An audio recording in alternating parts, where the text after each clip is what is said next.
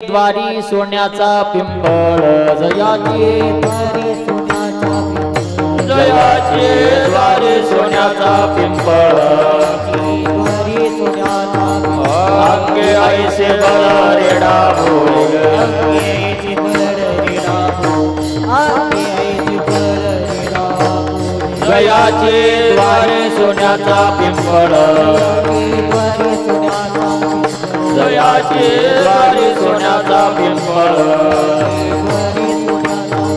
अंगी ऐसे बळ रेडा बोले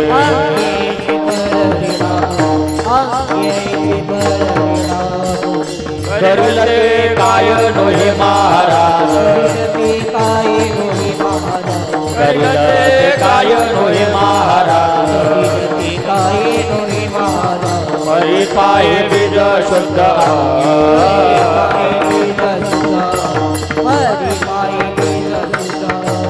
जयाने घातली मुक्तीची गवाले जयाने घातली मुक्तीची गवाले मिळवली मांदी वैष्णवांची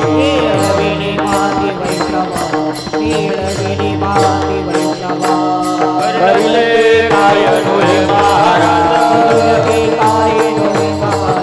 करिल ते काय नोहे महाराज हरि पाहे बीज शुद्ध हरि पाहे बीज शुद्ध हरि पाहे बीज शुद्ध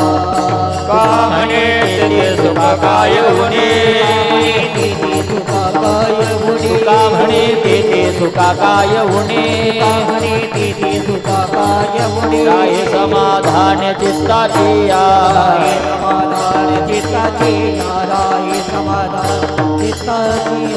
करील ते काय नोहे महाराज करील ते काय नोहे महाराज हरि पाये बीज शुद्ध अंगी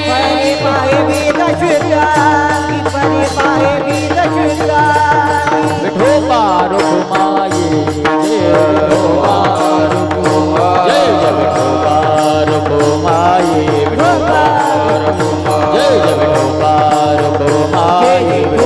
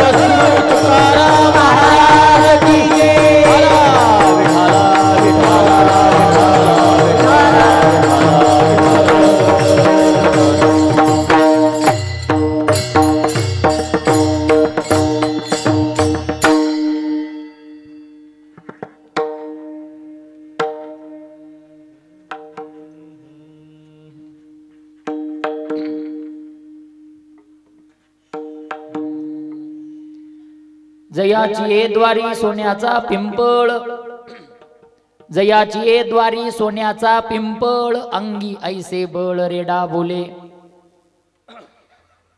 करील ते काय नोहे महाराज, परिपाही बीज शुद्ध अंगी, जयाने घातली मुक्तीची गवांदी, जयाने घातली मुक्तीची गवांदी, मिळविली मांदी वैष्णवांची, करील ते काय नोहे महाराज, परिपाहे बीज शुद्ध अंगी, तुका म्हणे तेथे सुका काय उणे, तुका म्हणे तेथे सुका काय उणे, राहे समाधानी चित्ताचिया, करील ते काय नोहे महाराज, परिपाहे बीज शुद्ध अंगी, विठला विठला विठला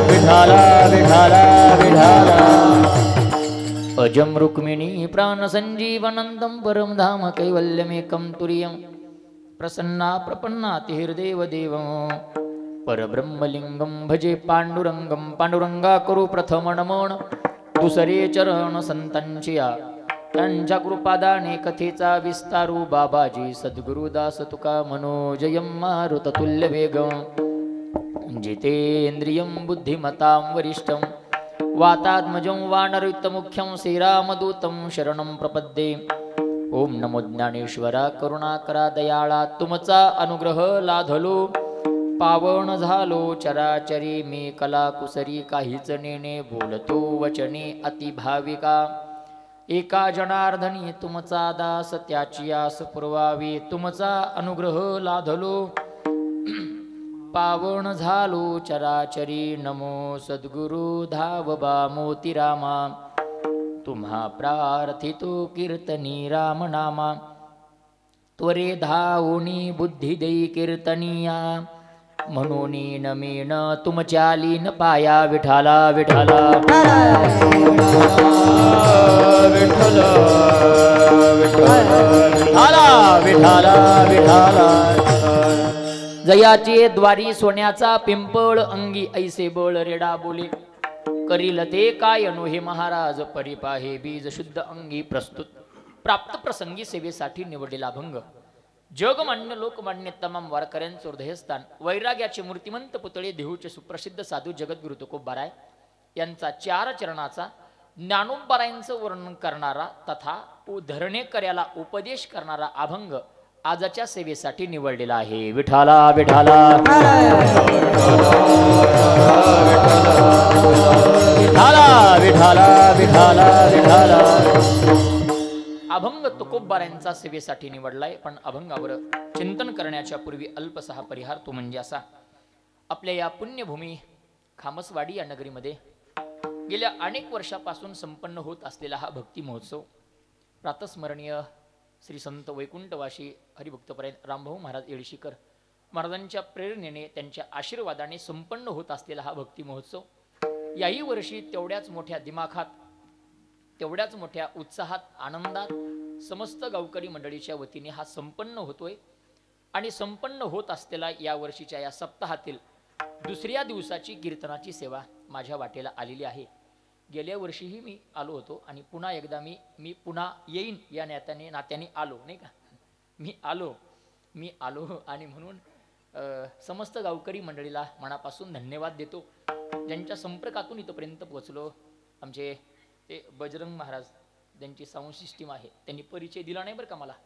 म्हणजे नाव तुम्ही कीर्तनात घ्यायचं नाही पण त्यांचं नाव बाहेरून कळालं बजरंग महाराज आहेत. त्यांच्या संपर्कातून मी इथपर्यंत पोहोचलो. आमची माळी दादा अधूनमधून त्यांचा फोन. आणि या सगळ्यांच्या वतीने समस्त गावकरी मंडळीच्या वतीने समस्त भजनी मंडळीच्या वतीने संयुक्त विद्यमानाने सप्ताह कमिटीच्या वतीने माझ्या वाटेला आलेली ही कीर्तनाची सेवा आणि त्या अनुषंगानं उपस्थित सर्व महाराज मंडळी श्रोते मंडळी पुरुष मंडळी माता माऊली आणि तरुण वर्ग उपस्थित सर्वांच्या चरणावरती नतमस्तक होतो. काय कोणाचा परिचय नाही आहे मला. सगळ्यांच्या चेहऱ्याची ओळख आहे. त्यामुळं सगळेच महाराज मंडळी आता ज्यांनी चाल म्हणाले ते सगळे महाराज मंडळी आता कोणा एकाचा नामोल्लेख करण्यापेक्षा तिकडं टाळकरी महाराजापासून तिकडं विनेकरी बाबापर्यंत सगळे महाराज मंडळी आता इकडं काय आता नाव घेऊच का काय नाव त्यांचं हा काहीतरी नाव सांगा ना मला. शिवाजी महाराज आहेत, पुन्हा इकडं हरिभक्तपरायण भारत महाराज आहेत, हरिभक्तपरायण भोसले महाराज आहेत, सगळे महाराज मंडळी आहेत. पखवाजाची उत्तम साथ करण्याकरिता हरिभक्तपरायण सुमित महाराज आहेत. आणि वारकरी शिक्षण संस्थेतील छोटे छोटे बाल वारकरी आहेत, त्यांनाही मनापासून धन्यवाद.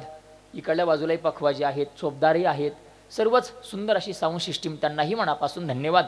उपस्थित माता माऊल्या पुरुष मंडळी सगळ्यांना मनापासून धन्यवाद देतो आणि आपल्या अभंगाकडे वळतो. विठाला विठाला विठाला विठाला विठाला विठाला विठाला विठाला विठाला. या भक्ती महोत्सवातील या दुसऱ्या दिवसाची कीर्तनाची सेवा आहे आणि योगायोगाने आज गुरुवारचा दिवस आहे आणि आमच्या सद्गुरू मोतीराम महाराजांच्या परंपरेत गुरुवारच्या दिवशी एक तर हरिपाठातला किंवा ज्ञानोबारायांच्या वर्णनाचा अभंग घेतात. या न्यायाने आज दुसऱ्या दिवसाची कीर्तनाची सेवा आहे म्हणून ज्ञानोबारायांचं वर्णन व्हावं या शुद्ध हेतूने आजचा अभंग आपल्या समोर गायला आहे. विठाला विठाला विठाला विठाला विठाला विठाला विठाला विठाला विठाला. या प्रस्तुत अभंगाच्या माध्यमातून आज तुकोबाराय ज्ञानोबारायांचे यथार्थ वर्णन करतात. ज्ञानोबारायांचं वर्णन तुकोबारायांनी आज केलेलं आहे. का केलं त्याचे 2-3 कारणं सांगतो.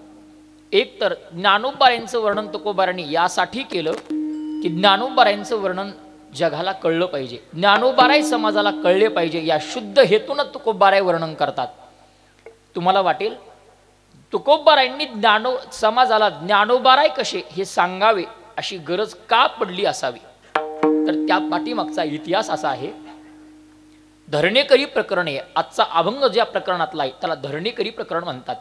तुमच्यासमोर 2-3 प्रकारातून या अभंगाची प्रस्तावना मांडण्याचा प्रयत्न करतो. ऐका. पहिलं तुमच्यासमोर असं बोलण्याचा धाडसानं बोलण्याचा प्रयत्न करतो. तुकोबाराय हा ज्ञानोबारायच्या नंतर अगदी 200, 300, 400 वर्षाचा अगदी त्यांच्यात अंतर आहे आणि 400 वर्षानंतर तुकोबारायांना समाजाला ज्ञानोबाराय कसे किंबहुना ज्ञानोबारायांची महती सांगण्याची वेळ यावी आणि आलीही तशीच. कारण आपल्या सर्वांना प्रसंग माहिती आहे. ज्ञानोबारायांच्या संजीवन समाधीच्या नंतर अगदी 200-250 वर्षाचा काळ एकनाथ महाराजांचा आहे आणि शांतीब्रह्म एकनाथ महाराजांच्या स्वप्नात जेव्हा ज्ञानोबाराय येतात आणि त्यांना कंठाला मुळी लागली त्याचं निमित्त करून अलंकापूर नगरीला बोलवतात, तेव्हा प्रसंग असा सांगितला जातो. आपल्या संत वाङ्मयात असे प्रमाण पुरावे आढळतात की एकनाथ महाराज अलंकापूर नगरीमध्ये आल्याच्या नंतर त्यांना तिथलं ज्ञानोबारायांची संजीवन समाधी शोधण्याकरिता कालावधी लागला. कारण समाधीची नासधूस झाली होती, तिथं झाडे वाढली होती, जंगल तयार झालं होतं. अर्थात ज्ञानोबाराय समाजाला किंबहुना समाज ज्ञानोबारायांना विसरला असं म्हणावं लागेल. वाक्य धाडसानं बोलतोय. ज्ञानोबारायांना विसरू आपण शकत नाहीत किंबहुना विसरता येत नाहीये, पण तो त्या काळचा प्रसंग पाहिला तर असं लक्षात येतं त्या काळचं मंदिर दिसत नाहीये, समाधी कुठे शोधावी लागतीये, म्हणजे विसरले. आणि म्हणूनच काय तुकोबारायांना वाटलं असावं, कारण नाथ महाराजांच्या नंतर पुन्हा 200 वर्षानं म्हणजे ज्ञानोबारायापासून थेट तुकोबारायापर्यंत 400 वर्षाचा अंतर आहे. यवनाची आपल्यावरती सत्ता होती म्हणून काय तुकोबारायांना वाटलं असावं ज्ञानोबाराय समाजाला कळले पाहिजे म्हणून ज्ञानोबारायांचं वर्णन केलं. विठाला विठाला विठाला विठाला विठाला विठाला. दुसरं कारण सांगतो का तुकोबारायांनी ज्ञानोबारायचं वर्णन केलं. अगदी 1 मिनिटात ऐका. तुकोबारायांना वाटलं असावं की ज्ञानोबाराय समाजाला कळावे. काय होतं, कधी कधी ज्ञानोबाराय आम्हाला माहिती आहेत, ज्ञानोबाराय तुमच्या आमच्या अगदी जवळचे आहेत, पण त्यांचा महिमा न कळल्यामुळे आपल्याकडून ज्ञानोबारायांचा अवमान होऊ शकतो. काय होतं, एक व्यवहार आहे बघा. व्यवहार सांगतो एखादी वस्तू प्राप्त होऊन उपयोग नाहीये, त्या वस्तूचं महत्व कळालं पाहिजे. अगदी थोडक्यात बोलायचं झालं तर एक दृष्टांत तुमच्या समोर ठेवतो. ज्ञानोबाराय फार गोड ज्ञानेश्वरीमध्ये बोलतात. म्हणे काय झालं, एक प्रवासी आहे, वाळवंटाच्या प्रदेशामध्ये प्रवास करतोय. दुपारची वेळ आहे, उन्हाळ्याचे दिवस आहेत आणि त्या उन्हाळ्याच्या दिवसामध्ये दुपारचा प्रसंग आहे. तो वाळवंटात फिरतोय आणि वाळवंटात जात असताना अचानकच त्या प्रवासाला तहान लागली. गुरुजी, प्रवासाला तहान लागली आणि तहान लागल्याच्या नंतर त्यानं आर्तहाक मागितली देवाला. आर्तहाक मागली पाण्याची अपेक्षा आहे, पाणी शोधाशोध करतोय, पण पाणी दिसत नाहीये कोणाला, प्रवाशाला. त्या व्यक्तीला पाणी नाही सापडत. त्यानं काय केलं, देवाला तीव्र हाक मारली. आणि काय की आज देव थोडासा प्रसन्न झाला, उदार झाला. आणि भगवंतानं विचार केला, याला नुसतं पाणी नाही तर अमृत पाजवायचं. ऐका, भगवंत अमृताचा कलश घेऊन आलेत आणि त्याच्या हातात दिलाय. ज्ञानोबा फार गोड सांगतात, ते अमृत त्या व्यक्तीनं हातात घेतलंय आणि अमृताचा घोट पाणी म्हणून तो पितोय. ऐका, अमृत पितोय. अमृत, अमृत त्याला म्हणतात जो पिल्यानंतर माणूस अमर होतो. ऐका, जो अमर होतो असं अमृत त्याला मिळाले. तो घोट आपल्या मुखात ओततोय, पण झालं असं, मुखात घेतलेला अमृताचा घोट आणि तेवढ्यात तो घोट गिळणार, एवढ्यात त्याला त्या वाळवंटाच्या प्रदेशात उन्हाळ्याच्या दिवसात भर दुपारी समोर त्याला पाण्यासारखं काहीतरी दिसलं, ज्याला आमच्याकडे मृगजळ म्हणतात. तुमच्याकडं बरोबर ना? म्हणजे माझं बोलणं तुमच्या लक्षात येते नाही का, कसं भागाभागात बदल असतो. आमच्या गंगाखेडला परभणी जिल्ह्यात माणसं मेल्यावर जाळतात. तुमच्याकडं तुम्ही थोडे थोडे हसायला लागले म्हणजे कळतंय मला. फक्त थंडीत झोपू नका म्हणजे बस झालं नाही का. ऐका, ते मृगजळ त्यानं पाहिलं. ऐका, आणि मृगजळ पाहिल्याच्या नंतर त्याला वाटायला लागलं पाणीच आहे. जे मृगजळ पाण्यासारखं दिसतं पण पाणी नसतं, त्याला पाहिलं आणि दुर्मिळ अमृत त्यानं मुखातलं न गिळता थुंकून टाकलं. ऐका, ज्ञानोबारायांची भाषा आहे, बहु मृगजळ देखोनी डोळा, थुंकीजे अमृताचा गिरिता गळाळा, तोडीला परिसो बांधिला गळा, शुक्तिका लाभे. ज्ञानोबाराय बोलतात, ते अमृगजळ पाहिलं आणि दुर्मिळ अमृत त्यानं थुंकून फेकून दिलं. दृष्टांत संपलाय. मला एवढंच सांगायचंय, दुर्मिळ अमृत त्या व्यक्तीला प्राप्त झालं, पण महत्व लक्षात न आल्यामुळे त्याचा अवमान झाला. विठाला विठाला विठाला विठाला विठाला विठाला विठाला विठाला विठाला. किंवा त्याच ओवीच्या उत्तरार्धामध्ये ज्ञानोबाराय बोलतात, तोडीला परिसू बांधिला गळा, शुक्तिका लाभे. शुक्तिका लाभे, बांधिला गळा, तोडीला परिसू. परीस सापडला आणि तो शेळीच्या गळ्यात बांधला. विस्तार करायचा नाही मला. परीस सापडलाय, त्याचं महत्व माहिती नसल्यामुळे तो शेळीच्या गळ्यात बांधलाय. दृष्टांत संपलाय. हाही मला एवढंच सांगायचंय, वस्तू मिळून उपयोगाची नाहीये, त्याचं महत्व कळालं पाहिजे. ज्ञानोबाराय तुम्हा आम्हाला माहिती आहेत, ज्यांनी वारकरी संप्रदायाचा पाया रचला, आळंदीला संजीवन समाधी घेतली. आपण ऐकून आहेत, पाहून आहेत, सगळं माहिती आहे. पण ज्ञानोबारायांचा महिमा नाही कळाला तर त्यांचा अवमान होण्याची दाट शक्यता आहे. म्हणून आज तुकोबाराय त्यांचं वर्णन करतात. विठाला विठाला विठाला विठाला विठाला विठाला विठाला. तिसरं कारण सांगतो का तुकोबाराय ज्ञानोबारायांचं वर्णन करतात. त्याचं कारण आहे, तुकोबाराय एक संत आहेत आणि ज्ञानोबाराय ही संत आहेत. मग एका संतानं दुसऱ्या संतांचं केलेलंही वर्णन आहे. आणि एक वाक्य परत सांगतो, संतांचं वर्णन फक्त संतच करू शकतात. व्यवहार पुन्हा सांगतो, एका क्षेत्रातला माणूस दुसऱ्या क्षेत्रामध्ये अज्ञानी असू शकतो. अगदी व्यवहार आहे. एका क्षेत्रामध्ये तो ज्ञान संपन्न आहे, पण दुसऱ्या क्षेत्रात तो अज्ञानी असू शकतो. कसं? उदाहरणार्थ, एखादा शेतकरी शेती या क्षेत्रामध्ये ज्ञानवंत असू शकतो. कधी कोणतं बी पेरायचं, कोणत्या पिकाला कधी पाणी द्यायचं, थंडीच्या दिवसातही रात्री 12 वाजता शेतात जायचं की नाही जायचं हे शेतकऱ्याला पक्क कळतं. पण त्याच शेतकऱ्याला जेव्हा वैद्यकीय क्षेत्रात अर्थात सर्दी झाल्यानंतर कोणती गोळी घ्यावी हे कळेलच असं नाही.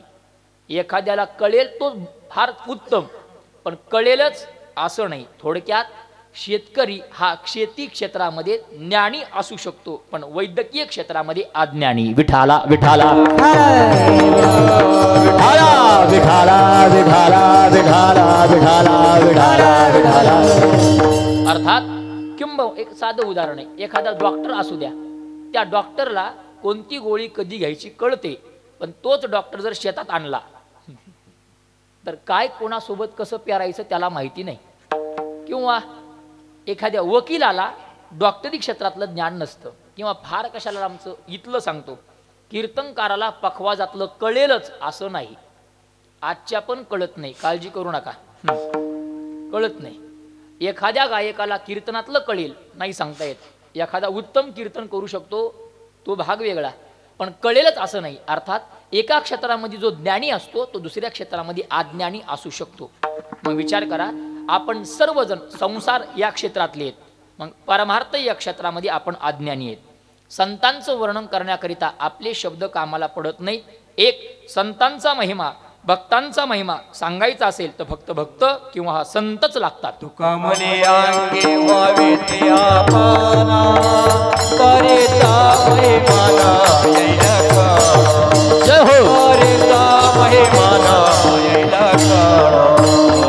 तुका म्हणे अंगे व्हावे ते आपणा, करिता महिमाना येईला काळ.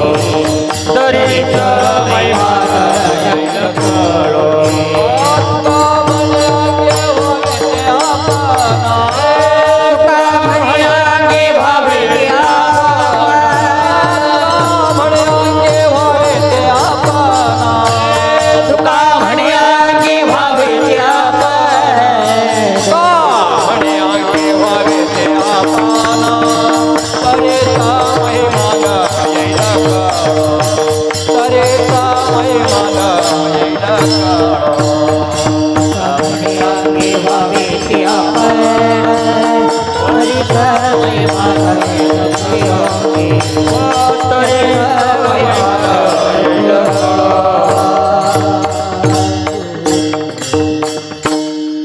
अगदी योग्य प्रमाणे तुका म्हणी अंगी व्हावे ते आपण, तरीच महिमान येईल कळो. तरीच महिमान येईल कळो. तुका म्हणे अंगी व्हावे ते आपण, आपण अंगी व्हावे तेव्हा महिमान कळेल.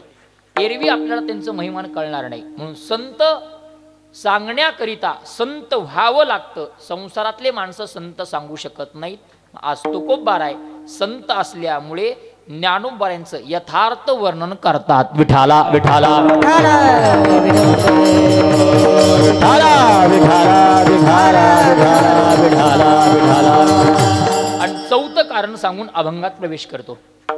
अभंग रचना करत असताना संत मंडळी मोघम बोलत नाहीत, तर त्या पाठीमागं काहीतरी इतिहास असतो. आजचा प्रकरण हे धरणीकरी प्रकरण आहे. काय हे प्रकरण?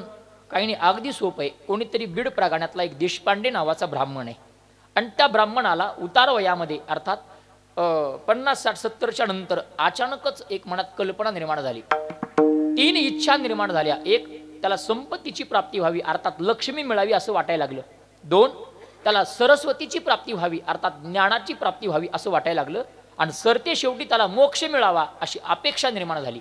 आणि तो देशपांडे नामक ब्राह्मण पंढरपूर क्षेत्राकडे आला. अगदी आपल्यापासून हाकेच्या अंतरावर असणारी ती पंढरपूर क्षेत्र तिथपर्यंत येऊन पोचला. भगवंताच्या दारामध्ये तामसी त्यानं अनुष्ठान मांडलं. 8 दिवसापर्यंत अनुष्ठान केलं. भगवंत स्वप्नात गेले आणि सांगितलं, भलत्या वयात भलती कल्पना योग्य नाही. तुझं वय काय, तू मागतोय काय, नाही का? आता फार 70-80 पर्यंत गेलाय आणि त्याला अपेक्षा काय? ज्ञानाची प्राप्ती, संपत्तीची प्राप्ती, मोक्षाची प्राप्ती. आपल्याकडं शास्त्रानं त्या वयात ती गोष्ट कमवायला सांगितली. आपल्याकडे 3 पण आहेत. 3 पण, एक बालपण, दुसरं तरुणपण आणि तिसरं म्हातारपण. 4थं पण अजून निर्माण झालं नाही. आलंच कोणाच्या जीवनात पण 4थं, तर ते येतं सरपण, ते अंतविधीच्या ठिकाणी. 4थं पण अजून झालं नाही. त्या 3 पणात काय कमवायचं ते संतांनी सांगून ठेवले. बालपणात विद्या कमवावी, तरुणपणात पैसा कमवावा आणि म्हातारपणात देव कमवावा शास्त्र सांगतं. पण हा बुवा म्हातार वयात देव कमवायला, पैसा कमवायला, मोक्ष कमवायला आणि संपत्ती कमवायला देवापर्यंत गेलाय. देवानं सांगितलं असा विचार करू नको. ऐकायला तयार नाही. देवानं मार्ग बदलला, पर्यायी रस्ता सांगितला. अनुष्ठान पूर्ण करायचे, अपेक्षा पूर्ण करायच्यात, ज्ञानोबारायकडे जा. आणि तो प्रवास पुढं करतो. दर मजल करत वेळापूर, माळशिरस, भंडीशेगाव, वाखरी या मार्गाने, तसंच पुढे लोणंद मार्गे, सासवड मार्ग पुणे करून तो आळंदीला पोचला. आणि ज्ञानोबारायांच्या दारात पुन्हा त्यानं अनुष्ठान मांडलं. 11 दिवसाच्या अनुष्ठानाच्या नंतर पुन्हा ज्ञानोबाराय स्वप्नात आले आणि त्याला सांगतात, बुवा 10 वाजले, अनुष्ठान इथं करून उपयोगाचा नाही. अजिबात उपयोग नाही.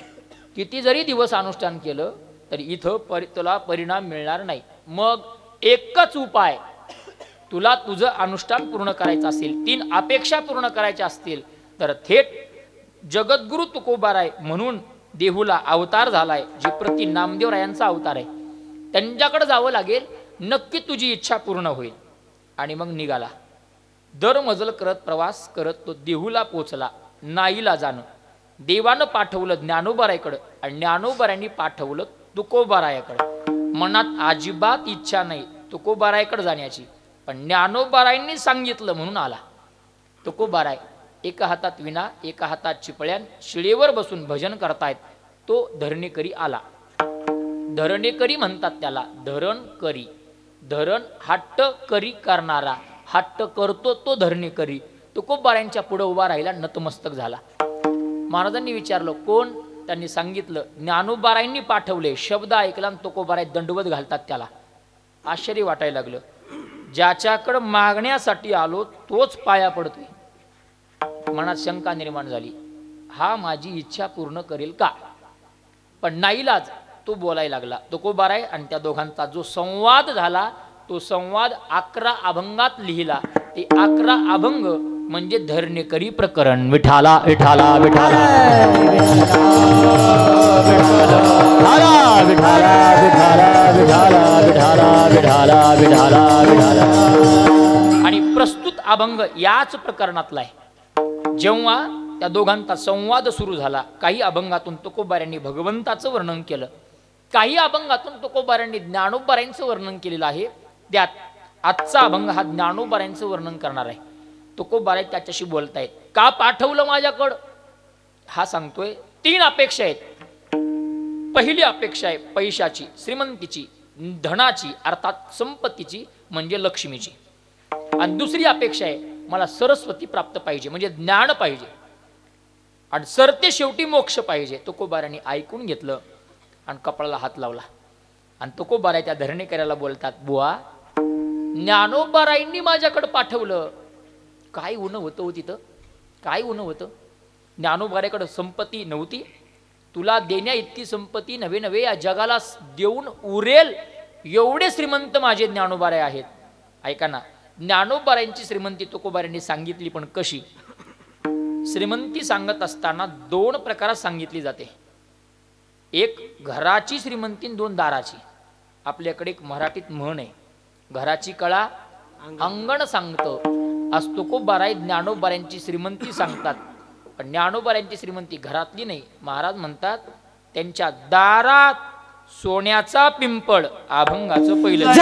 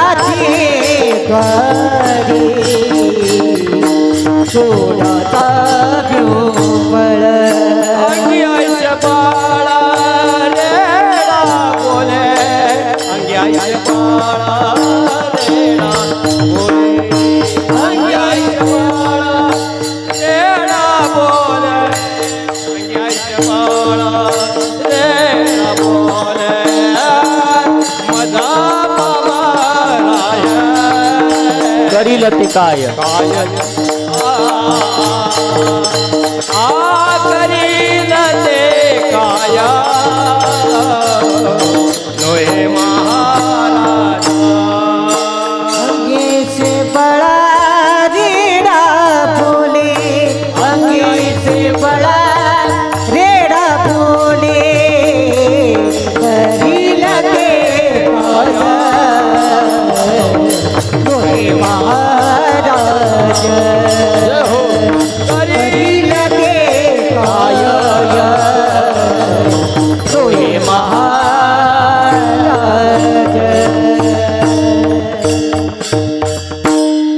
अभंगाच्या पहिल्या चरणाच्या माध्यमातून तुकोबाराय ज्ञानोबारायांच्या अंगणाची श्रीमंती सांगतात. म्हणे ज्ञानोबारायकडे पैशाला काही कमी नाही. त्या धरणीकऱ्याला उपदेश करतात, बुवा ज्ञानोबारायांच्या दारात सोन्याचा पिंपळ आहे. हे ऐकायला तुम्हाला बरं वाटेल, पण तुम्ही म्हणाल महाराज 2025 आता सुरू व्हायले, आमच्या समोर ते कॅमेरा लावलाय, लाईव्ह चालू आहे आणि तुम्ही आम्हाला सांगताय ज्ञानोबारायांच्या दारात सोन्याचा पिंपळ आहे. एखाद्या लहान मुलाला सांगितलं तर पटेल त्याला, पण आमचे केस पांढरे झाले.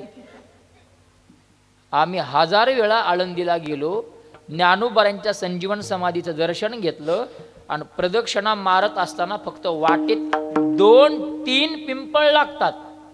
एका पिंपळाखाली नाथ महाराज आहेत, नाथ पार म्हणतात. दुसरीकडे हनुमंतराय दिसतात. दुसरं एक झाड लागतं त्याला आजानबाग म्हणतात. आणि चौथं झाड लागतं त्याला पिंपळ दिसतो, त्यात फक्त पाटी लावली आहे सुवर्ण पिंपळ, पण तो सोन्याचा नाही, अजून आम्हाला दिसला नाही. पण तुम्ही सांगताय तो सोन्याचा आहे. कशावरून? काही नाही, 4-5 कारणं सांगून सेवेला पूर्ण करा. काळजी करू नका, 12 पर्यंत संपत नाहीत ती कारणं. 12 पर्यंत संपत नाहीत. तुम्हाला चिंता पडेल, 10:15 वाजले आणि 4-5 कारणं सांगून संपवतो म्हणले, 12 पर्यंत संपत नाहीत. ऐका, पहिलं कारण सांगतो. तुकोबाराय म्हणतात ज्ञानोबारायांच्या दारातला पिंपळ हा सोन्याचा आहे. काय म्हणतात? ज्ञानोबारायांच्या दारातला पिंपळ हा कशाचा आहे? सोन्याचा आहे. ऐका ना, ज्ञानोबारायांच्या दारातला पिंपळ हा सोन्याचाच आहे. कशाहून? काय कारण त्याचं? काय उत्तर? कशाहून तो सोन्याचा पिंपळ आहे? ऐका ना, त्याचं उत्तर सांगतो. ज्ञानोबारायांच्या दारातला पिंपळ हा सोन्याचाच आहे. पण महाराज उत्तर काय? कशाहून तो सोन्याचा आहे? ऐका, सांगतो तुम्हाला, फार गोड उत्तर आहे. ज्ञानोबारायांच्या दारातला पिंपळ हा सोन्याचाच आहे. पण महाराज सांगा ना मला, कशाहून तो सोन्याचा आहे? हो सांगतोय, ऐका ऐका, तो ज्ञानोबारायांच्या दारातला पिंपळ हा सोन्याचाच आहे. पण महाराज सांगा ना कशाहून तो सोन्याचा आहे? अहो तो सोन्याचाच आहे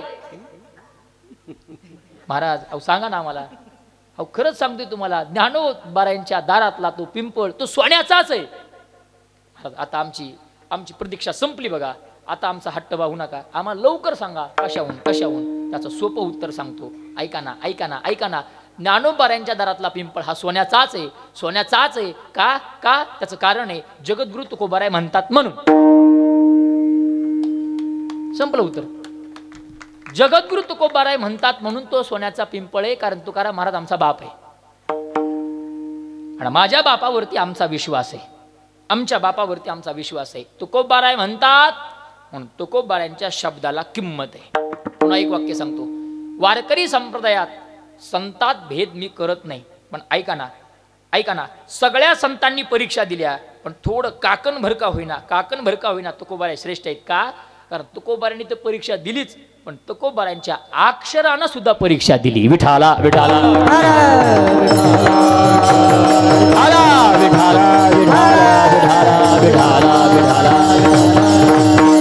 एक दिवस नाही, 2 दिवस नाही, 3 दिवस नाही, 13 दिवस वह्या रक्षोनी कोरड्या. 13 दिवस वह्या त्या पाण्यामध्ये कोरड्या राहिल्या. ऐका, कोरड्या राहिल्या. तुम्हालाही शंका पडली असेल, मलाही शंका पडली. मी विचारली आमच्या महाराजांना, अहो बाबा तुकोबारायांचा एवढा अधिकार होता, तर मग 13 दिवस वह्या पाण्यात का राहिल्या? पहिल्या दिवशी बाहेर का नाही आल्या? त्याचं कारण सांगितलं. कारण फार गोड आहे. ऐका ना, तुकोबाराय काय करायची? रोज अभंग गायची, पण इंद्राणीच्या काठावर गायची. रोज तुकोबाराय अभंग गात त्या इंद्राणीच्या काठावर गुणगुण करत फिरायचे. पहिल्यांदाच अभंग इंद्राणी डोहात बुडाले होते. बहुतेक इंद्राणी मातेलाही वाटलं असेल आज तुकोबारायांचा गाथा आलाय, एखादं पारायण केलं पाहिजे. 13 दिवसात इंद्रायणी मातेनं पहिलं पारायण केलं तुकोबारायांच्या गाथेचं. विठाला विठाला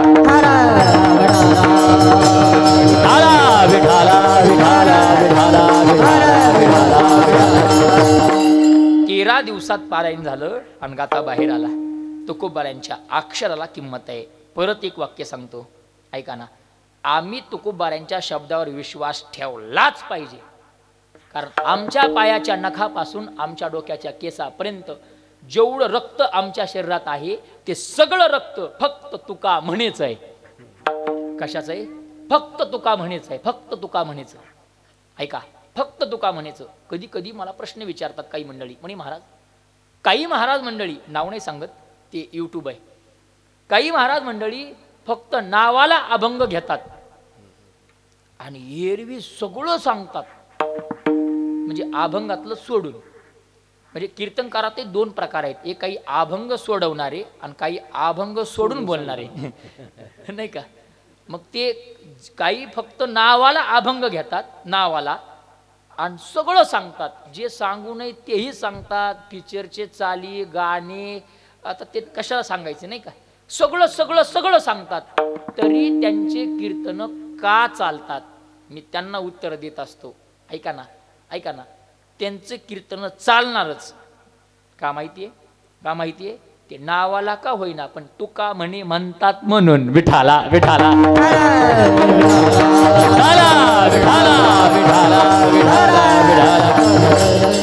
ओपन चॅलेंज देतो आजच्या कीर्तनातून. ओपन चॅलेंज त्या कीर्तनकारांना जे कीर्तनकार अभंग सोडून बोलतात त्यांना एवढीच विनंती आहे, उद्यापासून अभंग सोडून बोलणाऱ्यांनी अभंगच घेऊ नये.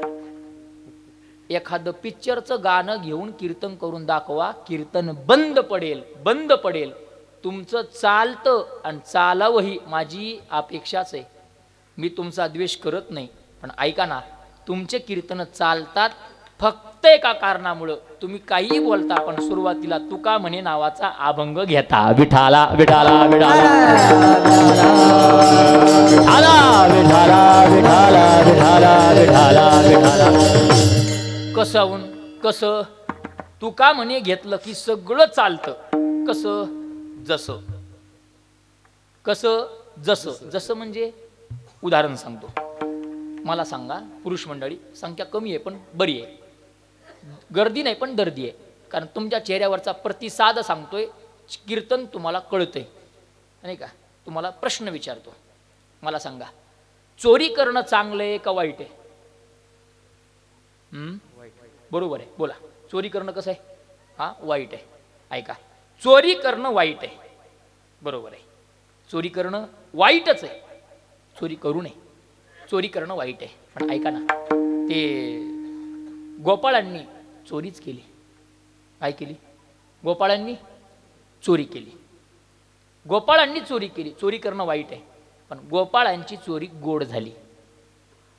काय झाली? गोपाळांची चोरी गोड झाली. का हो? का गोड झाली? एवढी गोड झाली, एवढी गोड झाली, प्रत्येक काल्याच्या कीर्तनकाराला ती चोरी सांगितल्याशिवाय कीर्तन संपवता येत नाही. एवढी गोड झाली. चोरी करणं पाप आहे, चोरी करणं वाईट आहे तुम्ही सांगताय, पण तरी सुद्धा चोरी त्यांची गोड झाली. काय कारण? एकच कारण आहे, गोपाळांनी चोऱ्या केल्या पण देवाला धरून केल्या. चोरी केली पण देवाला धरून केली. देवाला धरून केली म्हणून चोरी गोड झाली. एक. बरं, जाऊ द्या. मारामारी कशी आहे? महिला मंडळ तुम्ही हसायला लागल्या, तुम्हाला पक्का अनुभव आहे. ते दुपारच्या सत्रात पाणी आणण्यासाठी त्या हापशावर, हौदावर, गावातल्या विहिरीवर गेल्यानंतर एका भांड्याचा दुसऱ्या भांड्याला धक्का लागल्यावर पहिली, दुसरीला, दुसरी, तिसरीला हातात ते केसाचा नावाचा पदार्थ धरून एकमेकीला. चांगला अनुभव आहे. ऐका, ते कसं आहे, मारामारी कशी आहे? हा, वाईट आहे. मारामारी वाईट आहे. खरं सांगू का, चोरीपेक्षा वाईट आहे मारामारी. चोरीपेक्षा ते नाही का, दुपार संध्याकाळच्या प्रसंगाला 12 वाजता एखादा कीर्तनकार घरला निघावा, एखादा भजनी घरला निघावा आणि वाटत 4 चोर आडवे यावे. एकटाच भजनीन 4 चोर. काय म्हणतो? पहिल्यांदा लांबून हात जोडतो, पाया पडतो, हाय तेवढं घ्या, पण मारू. म्हणजे चोरीपेक्षा मारामारी वाईट आहे. चोरीपेक्षा मारामारी वाईट आहे. पण ऐका, कौरव आणि पांडवांनी काय केली? पुरुष मंडळी झोपली. काय केली? मारामारी. पण ऐका ना, कौरव आणि पांडवांची मारामारी एवढी गोड झाली, एवढी गोड झाली, महाभारत आणि पांडव प्रताप नावाचा ग्रंथ तयार झाला.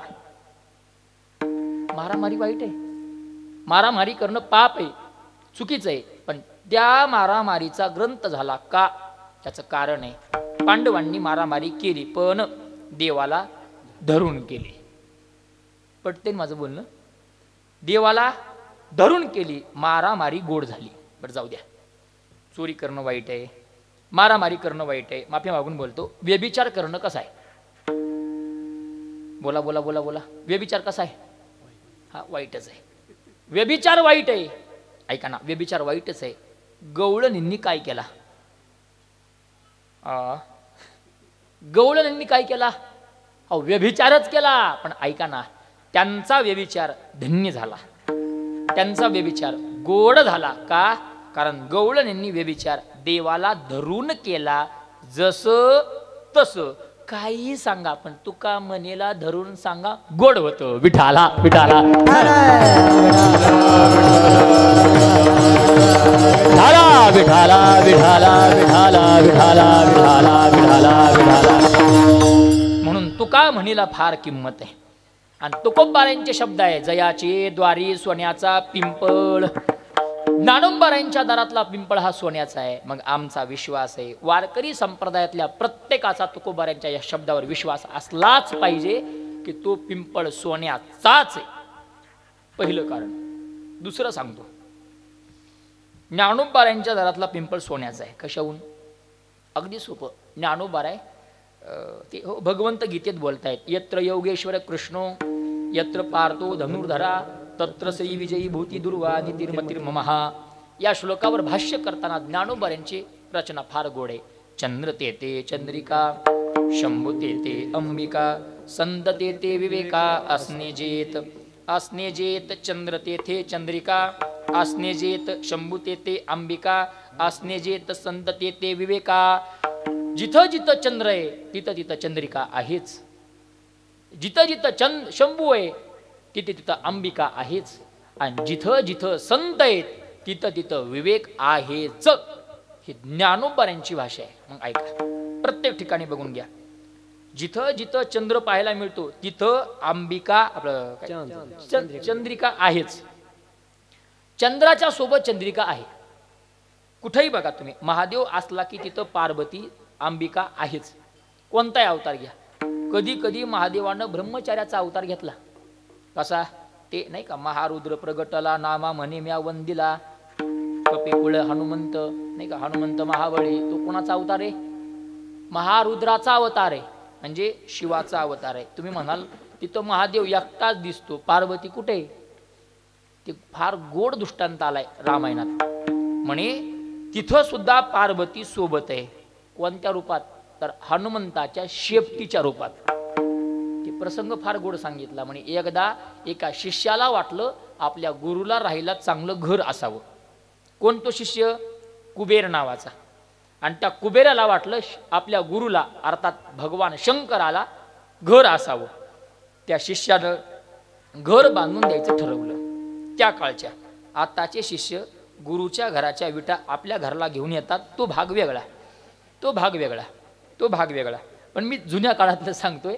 त्या काय झालं, त्या घर बांधून द्यायचं ठरवलं. आणि साधन आहे, शिष्य कुबेर आहे. कोण आहे? कुबेर आहे. तिथं काय कमी आहे? हा, त्यानं सोन्याचं घर बांधलं. कोणी? कुबेरानं. आणि महादेवाला दान दिलं. आपल्याकडे एक पद्धत आहे. काय पद्धत आहे? नवीन घर बांधलं की घरात प्रवेश करायच्या अगोदर घराची बरोबर वास्तुशांती करावी लागते. मग वास्तुशांती करायची ठरली आणि एक फार मोठा विद्वान ब्राह्मण बोलावला. कोणता? वा, 10 तोंडाचा रावण नाही का, 10 तोंडाचा रावण, कपटी रावण. ऐका ना, दुसऱ्याच्या बायकोवर नजर ठेवणारा रावण, पैशाच्या अपेक्षेने लोकांचं भलं न करणारा रावण. मी रावणाबद्दल सांगतोय. हे लक्षण जर कोणाकडे लागू होत असतील तर तो रावण आहे की नाही हा माझा मुद्दा नाही आजचा. मी फक्त रावणाबद्दल बोलतोय. तो रावण पण विद्वान आहे. मंत्र म्हणण्याकरिता आला, फार गोड मंत्र म्हणायला लागला. इतके गोड मंत्र म्हणले, ती निरंजनी आणण्याकरिता पार्वती थोडी आत गेली. तेवढ्यात महादेवाचा रावणाचा संवाद आहे.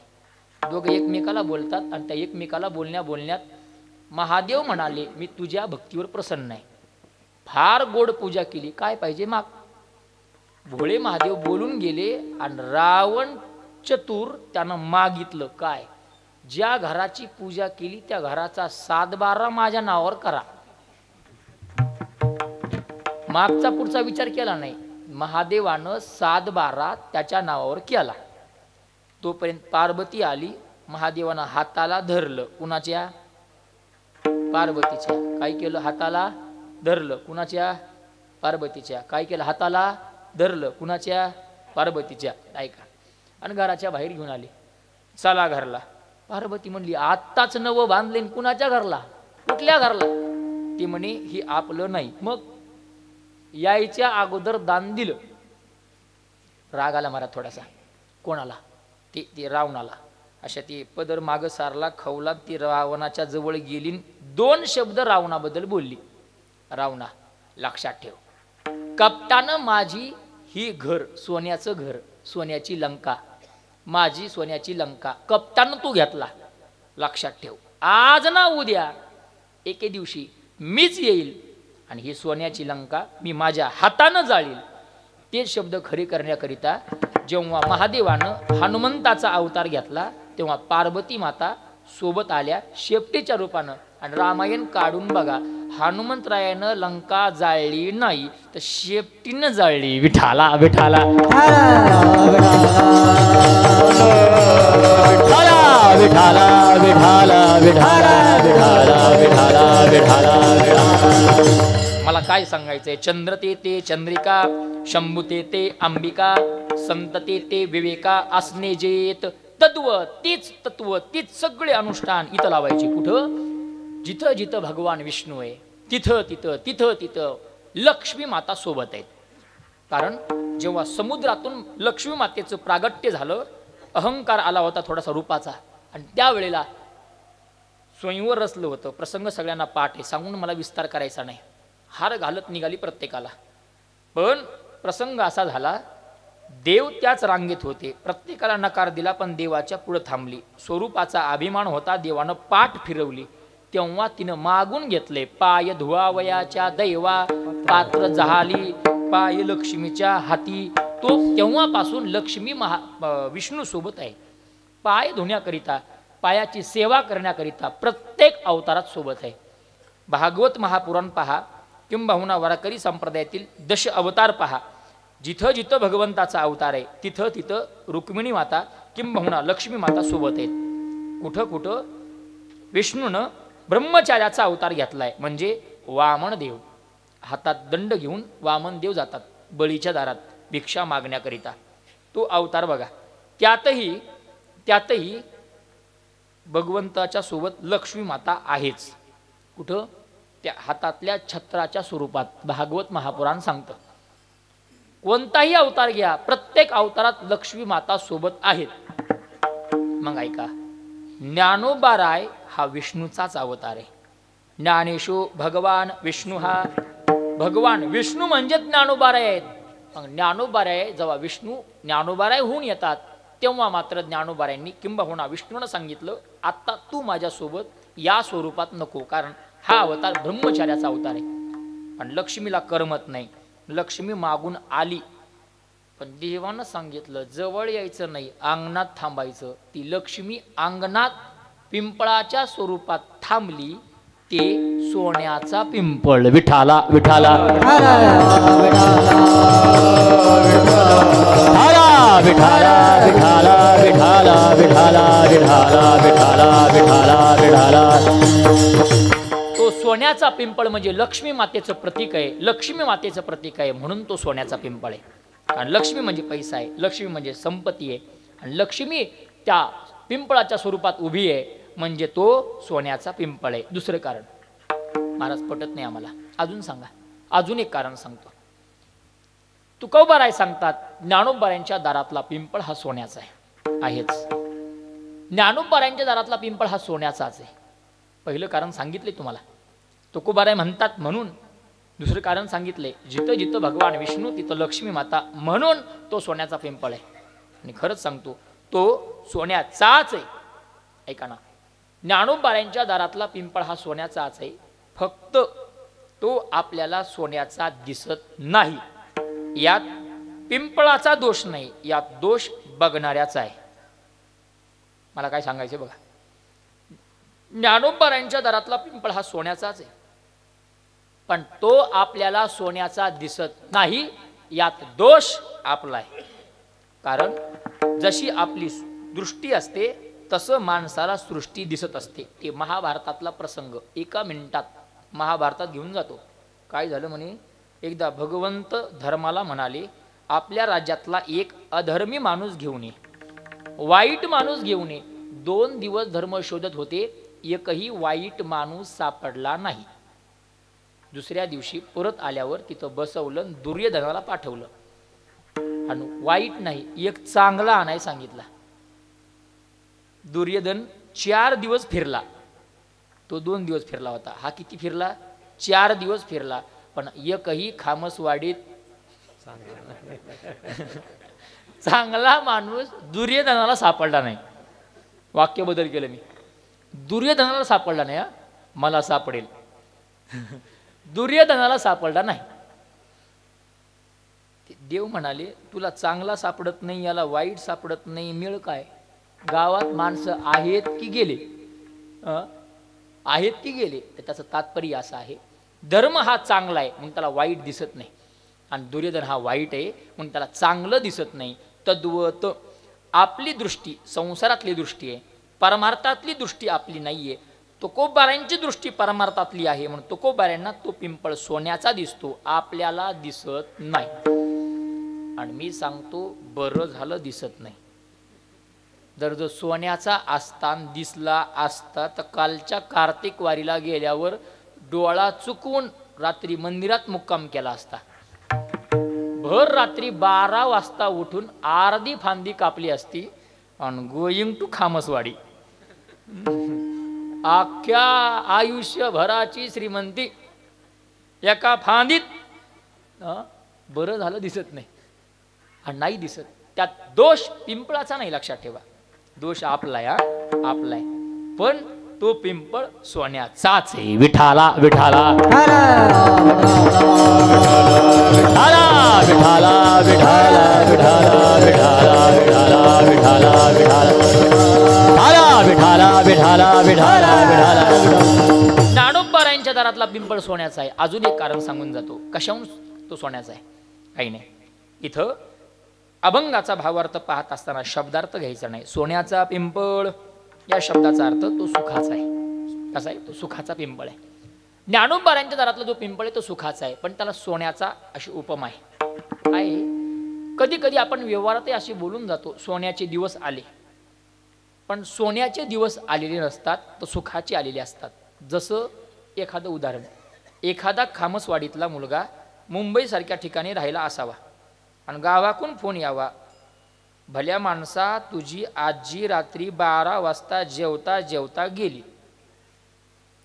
हे तुमच्या गावातलं सोडून अजून 4-5 दिवस हप्ता बाकी आहे. देव करो असं काहीच घडू नये.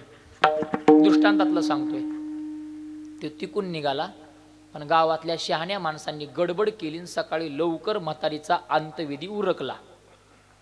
पोरग उशिरा आलं, बजरंग दादा, आणि उशिरा आल्यावर ते म्हातारीच्याकडं बघून रडू लागलं, पण म्हातारी दिसत नव्हती. विचारलं, सांगितलं, लोकांनी माती केली. पण ते आजीचं नातवावर प्रेम असतं, नातवाचंही आजीवर प्रेम असतं. त्यातले त्यात बारक्या पोराचा जर पोरगा असेल तर फार असतं.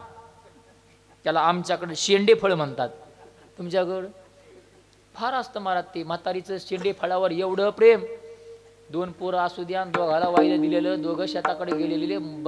दुपारच्या वेळेला एकटीच उठती, दोघही घरी नाही, दोघाच्या घरात जाती. मोठ्याच्या घरात जाऊन आपल्या पदरात मोठ्याचा कापूस घेतील, बारक्याच्या घरात नेऊन पदरातला कापूस टाकती. आता त्या पदरातल्या कापसानं बारक्याला काय होईल, पण टाकती. ते बारक्यावर असलेलं प्रेम आहे. मग त्या नातू आजीच्या आठवणीत रडू लागला. रडणं अनावर झालं. वैकुंठवासी प्रातस्मरणीय नामदेव महाराज पठाडे हा दृष्टांत सांगायचे. म्हणे रडाय लागला रडाय लागला रडाय लागला. आणि आपल्याकडे ती एक पद्धत फार गोड आहे. एखादा माणूस आला की मग अजून रडू जास्त येतं. त्यातला दांडगा अनुभव तिकडे तिकडे म्हणण्यापेक्षा आमच्या लाडक्या बहिणींना नाही, लाडक्या बहिणींना नाही, ते आपल्याला तेवढा अनुभव नाही, पण त्यांना दांडगा अनुभव आहे. म्हणजे फार मोठा अनुभव आहे, फार मोठा. ते रडाय लागला. एक माणूस आलं म्हणायला लागलं, भल्या माणसा गप्प बस, म्हातारीचं सोनं झालं. त्यानं एकदा ऐकलं, पुन्हा रडाय लागला. पुन्हा दुसरा आला म्हणायला लागला, रडू नको भैया, त्या म्हातारीचं सोनं झालं. 4-5 जण असेच म्हणू लागले, सोनं झालं. सगळे रात्री झोपी गेले. 12 वाजता हा उठला, हातात बॅटरी घेतली, जिथं म्हातारी फुकली होती तिथं गेला. आणि जिथं म्हातारी जाळली होती तिथं रात्री 12 वाजल्यापासून पहाटेच्या 4 वाजेपर्यंत काडीनं उकरू लागला. हाडाशिवाय राखाशिवाय दुसरं काही सापडलं नाही. पहाटे 4 वाजता कोणाला कळू नये म्हणून एकटा घरला परत आला आणि घरी झोपला. आमच्याकडं 3ऱ्या दिवशी दूध घालायचा कार्यक्रम असतो. त्याला काय म्हणतात तुमच्याकडं? राख सावडणे नाही का. त्या दिवशी पुन्हा लोक एकत्र आले. पुन्हा हा रडायला लागला, आजी आजी आजी, माय आई काय म्हणत असेल तो रडायला लागला. एक जण पुन्हा आलं आणि त्याला म्हणलं, भल्या माणसा रडू नको, आजीचं सोनं झालं. आता मात्र राग अनावर झाला. ते म्हणला, गप्प बसा, सोनं झालं. 3 दिवसापासून ऐकालो सोनं झालं. रात्री 12 वाजता गेलो होतो, पहाटेच्या 4 वाजेपर्यंत शोधलं, सोनं नाही, राग झाली, राग. दुष्टांत संपला. तुम्ही हसून घ्या, मी चहा पिऊन येतो.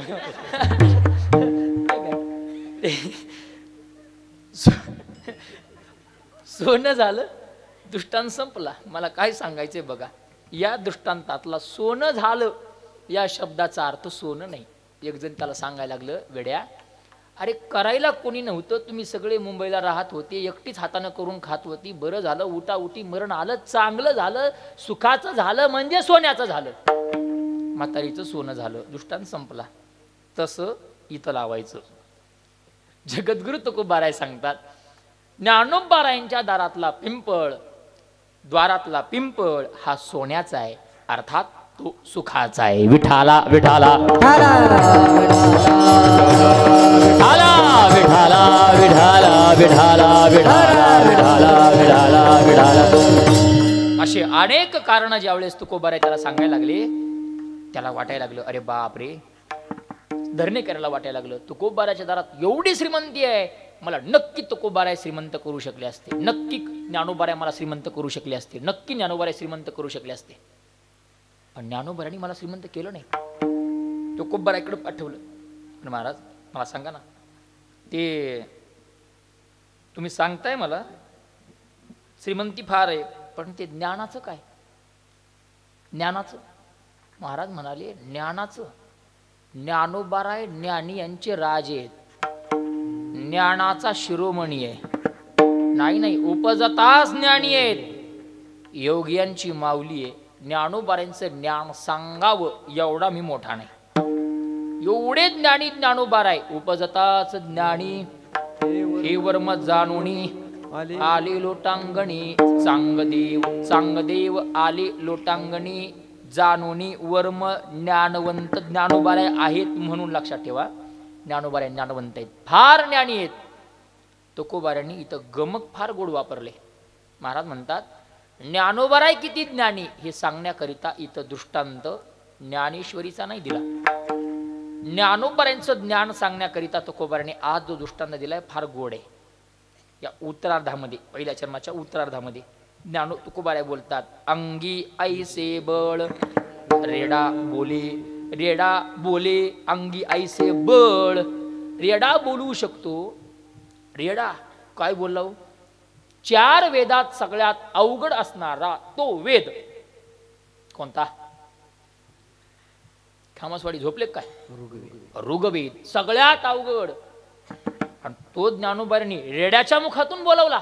आमचे शांती ब्रह्म कुरेकर बाबा पाठात सांगायचे, म्हणे ते रेडा हा सगळ्या प्राण्यात निर्बुद्ध प्राणी. किती निर्बुद्ध? एक प्रयोग करा.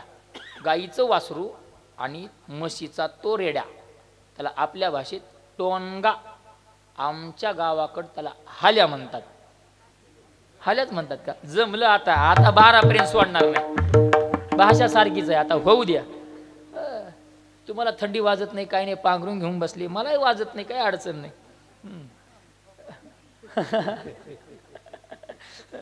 ते त्याला रेड्या म्हणा किंवा हाल्या, काय म्हणायचं ते म्हणा. त्या दोघांना आपापल्या आईपासून अर्धा किलोमीटर लांब नेऊन सोडा, काही नाही. पुढल्या 10 मिनिटात गाईचं वासरू आपल्या गाईच्या जवळ असेल. आज 6 महिने झालं हाल्या तिकडच फिरतोय, अजून घरला आला नाही. हाल्या सगळ्यात निर्बुद्ध. किती निर्बुद्ध? अजून एक प्रयोग करा. रस्त्यावर वाहन चालवत असताना चुकून जर हाल्या पुढं आला तर कार्यक्रम झाला. किती जरी हॉर्न वाजवले नाही तरी त्याला कळत नाही. जोपर्यंत पाठीत एखादा बचका बसत नाही तोपर्यंत कळत नाही आपली वाट चुकली. एवढा निर्बुद्ध प्राणी. पण तुकोबाराय म्हणतात, एवढ्या निर्बुद्ध प्राण्यावरती होता तुमची कृपा, पशु बोले वेद. ज्ञानोबारांची कृपा झाली आणि रेड्याच्या मुखातून वेद बाहेर पडला. वेद बाहेर पडला. पाठ कसा आहे बघा. अंगी ऐसे बळ रेडा बोले. रेडा म्हणजे रेडा वेद बोले, हे फार महत्वाचं आहे. रेडा या शब्दाचा अर्थ हाल्या म्हणजे म्हैशीचा मुलगा. कारण निळूबारे स्पष्ट सांगतात, म्हैसी पुत्रा मुखे बोलवणे श्रुती, चालविली भिंती बैसोनिया. म्हशीचा मुलगा हे परत का सांगितलं निळूबाऱ्यांनी? आमचे ढोक महाराज फार गोड सांगतात. म्हणजे त्यांचं आहे म्हणून त्यांच्या नावावर सांगतोय मी. ज्याचं आहे त्याच्या नावावर सांगत असतो. नाहीतर आजकाल एक नवीन फॅशन निघाली, सगळ्याचं ओढायचं ना आपल्या नावावर खपवायचं. त्यातला मी नाही. डोक महाराज सांगतात म्हणे, रेड्या मुखे वेद बोलविला, गर्व द्विजांचा हरविला. हे नाथ महाराजांनी सांगितल्यानंतर पुन्हा निळूबारायांना म्हैसी पुत्रा मुखे बोलविणे श्रुती म्हणायची वेळ का आली?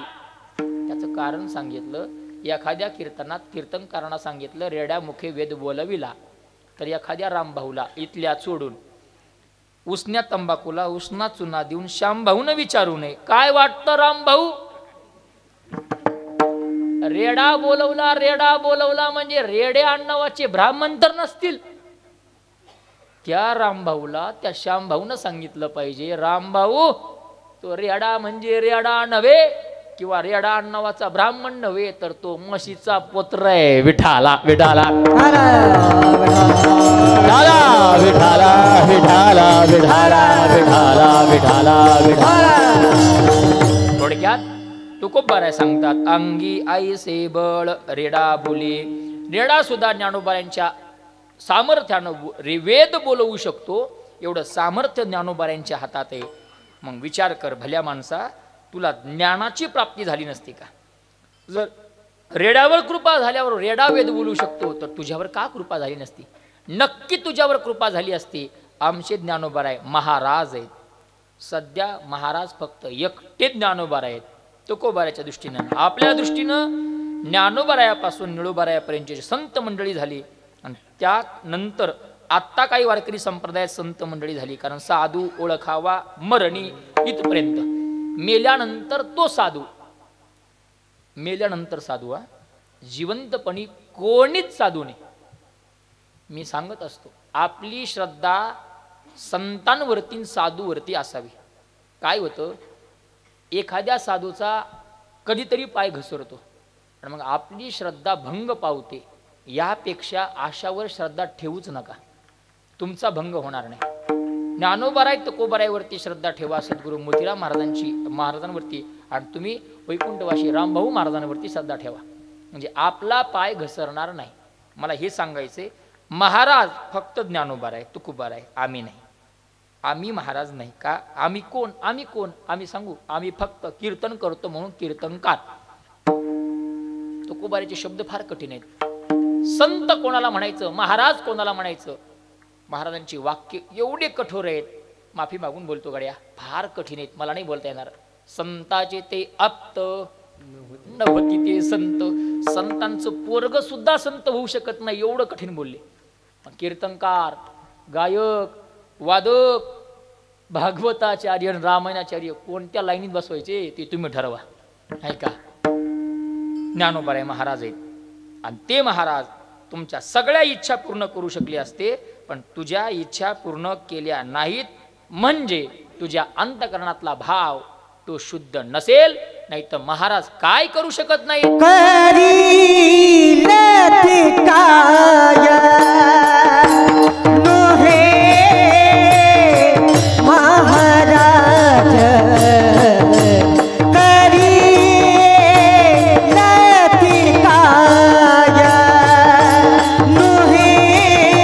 नोहे महाराज.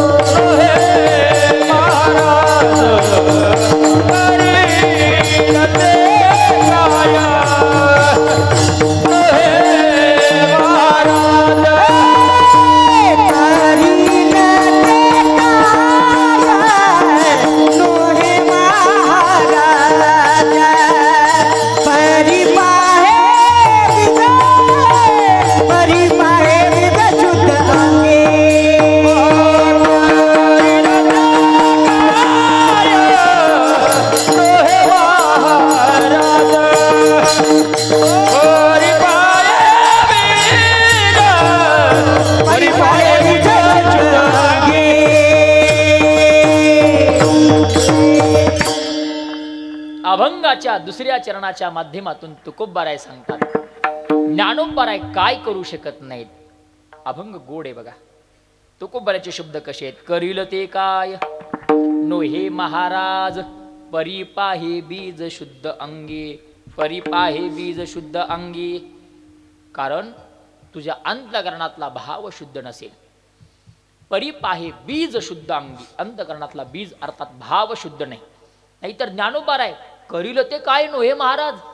महाराज नोहे करील ते काय. करील ते काय महाराज नोहे. संगती लावून घ्या. महाराज काय करू शकत नाहीत, सगळं करू शकतात. ज्ञानोबारायांचं सामर्थ्य फार मोठं आहे. आपण पाहिलं एक दोन सामर्थ्य नाहीत महाराज. ज्ञानोबारांनी रेड्याच्या मुखातून वेद बोलवला, भिंत चालवली, हे चमत्कार केले. हे काही नाही, काही नाही.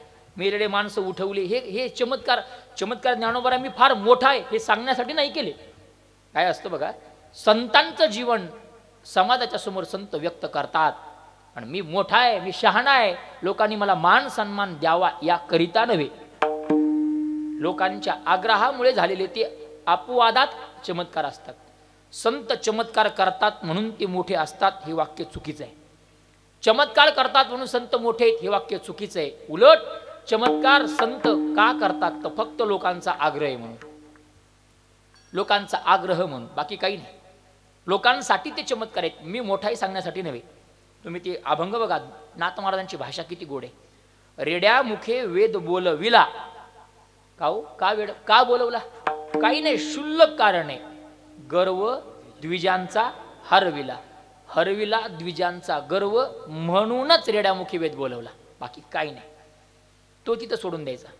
ज्ञानोबारांनी ते वेद बोलवला म्हणून फार मोठे, अजिबात नाही, अजिबात नाही. ज्ञानोबाराय मोठेच आहेत, ते मोठेच आहेत.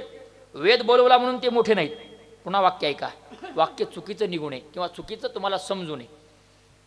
ते काय, भिंत चालवली म्हणून ज्ञानोबाराय मोठे नाहीत. ज्ञानोबाराय मोठे अगोदरचेच आहेत. भिंत चालवली म्हणून मोठे नाहीत. भिंत फक्त एका कारणासाठी चालवली, का चालविली जड भिंती, तिथंच उत्तर आहे. का चालवली, हरयली चांगयाची भ्रांती, भ्रांती चांगदेवाची हरविली म्हणून चालविली भिंती, बाकी काहीच कारण नाही. संत चमत्कार करतात मी मोठा आहे हे सांगण्यासाठी नव्हे. संतांचे चमत्कार लोकांच्या आग्रहामुळे आहेत, नाहीतर संत मंडळी अगोदरचेच मोठे आहेत. फक्त चमत्काराशिवाय नमस्कार नाही म्हणून चमत्कार आहेत, बाकी काहीच नाही. म्हणजे तुकोबारायांच्या दृष्टीने किंबहुना ज्ञानोबाराय सगळं करू शकतात, सगळं करू शकतात. करील ते काय नोहे महाराज, तो धरणी करी बोलायला लागला. बुवा सगळं पटतंय मला, 11:15च्या आसपास घड्याळ गेलीये, मला एवढंच सांगा, ज्ञानाचं झालं, संपत्तीचंही झालं, आणि मुक्तीचं काय, मोक्षाचं काय. महाराजांनी फार गोड शब्द वापरले. जयाने घातली मुक्तीची गवांदी, मेळविले मांदे वैष्णवांचे. या 3ऱ्या चरणाच्या माध्यमातून तुकोबाराय सांगतात, ज्ञानोबारायांनी ती मुक्ती, तो मोक्ष, ज्याच्यासाठी योगी लोक या मुक्तीच्या पाठीमागं, जे साधक मंडळी या मुक्तीसाठी मोक्षासाठी अहोरात्र तप करतात, ज्ञानोबारायांनी त्या मुक्तीसाठी काही अनुष्ठान केलं नाही. काही काही काही त्या मुक्ती कोणाला प्राप्त व्हावं म्हणून फार मोठं अनुष्ठान करायचं, फार मोठी साधना, काही गरज नाही, काही गरज नाही. फक्त ज्ञानोबाराच्या दारात जाऊन बसायचं.